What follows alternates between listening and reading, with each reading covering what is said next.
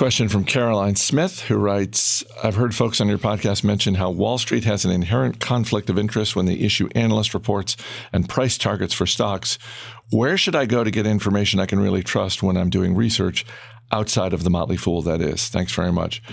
Great question. And I'm reminded of a phrase that I always associate with our friend and colleague, Uncle Joe Mager, when he talks about, not necessarily Wall Street analysts, but talks about company executives, as he puts it, talking their own book. Sure. You would expect the CEO of any company to talk up their business.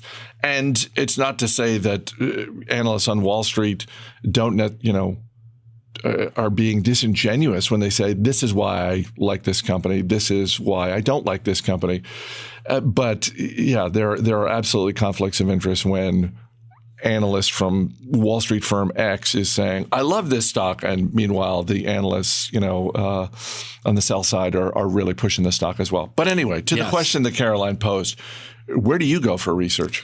So I personally go directly to the company documents and do my own research. But that's easy for me to say. That's what I do all day long. If you're someone who wants someone else's opinion and you don't want to go to the primary documents and do your own work, I always start with just a straight out Google. Just start Googling the company. You'll find articles from whether it's Forbes or Fortune or the Wall Street Journal from folks that don't have a conflict. They're either analysts or even financial authors from the financial press, and they will give you thoughts and opinion. And even if it's not opinion, at least it will be facts about how a company is doing.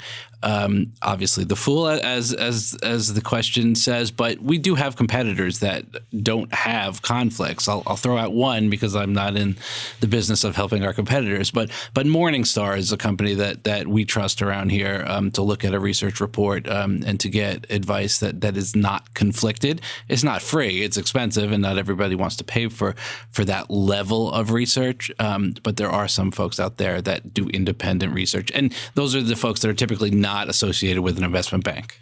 I'll just add that if it's an industry that you're particularly interested in, the trade media, beyond the Wall Street journals and Fortune, Forbes, et cetera, if you start digging into what trade media covering a given industry are writing about, you can really get into stuff that's never going to see the light of day in the Wall Street Journal.